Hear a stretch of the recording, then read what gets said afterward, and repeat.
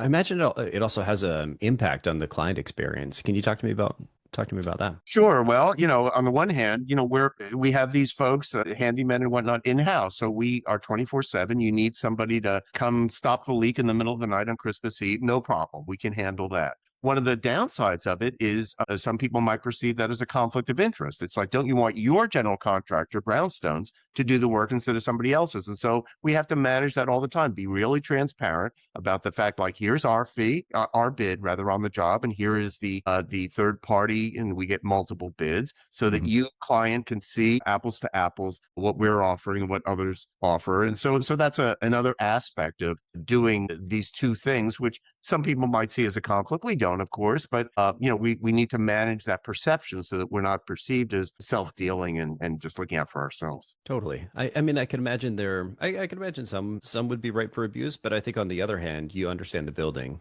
You know the business, you know the client expectations because you know the client really well. And so, and you have there's that vested interest in, I don't want to take advantage of you because this is a long-term relationship.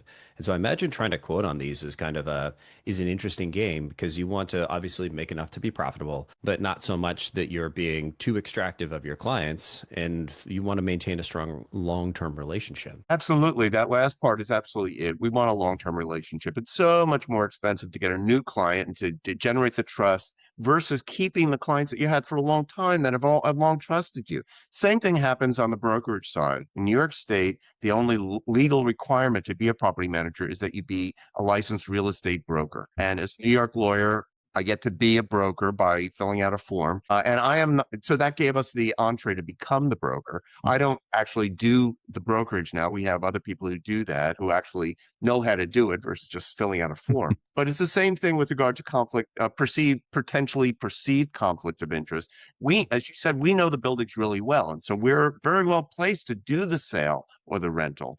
But, again, the client has to want us to do that. And sometimes they perceive the major companies, whether it's Compass or Corcoran or Brown Harris Stevens, as more expert in being a broker. And, it's all kinds of professionals. Some are better than others, and we're good at what we do, but we understand that perception. So sometimes, the client doesn't want to hire us to be the broker, and that's perfectly understandable. But again, we to make a business that works, we have multiple revenue streams, the brokerage, the contracting, as I mentioned, and the management. So having that balance has enabled us to have a profitable business.